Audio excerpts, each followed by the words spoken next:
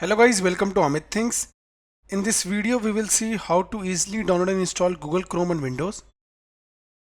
So to install the Chrome web browser you need at least one browser. Windows comes by default with Microsoft Edge, so go to start, type Edge and open the default browser.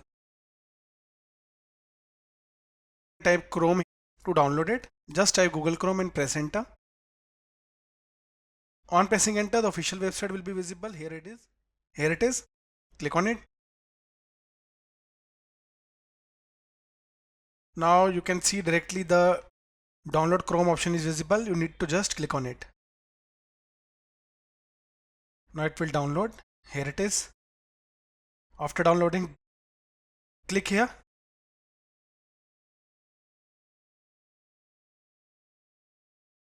Our download started. Minimize.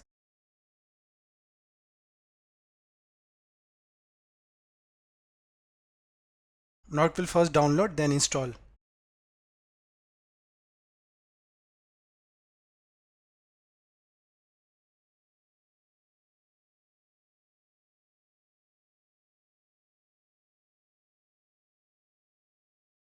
So guys, we have successfully downloaded the Chrome browser.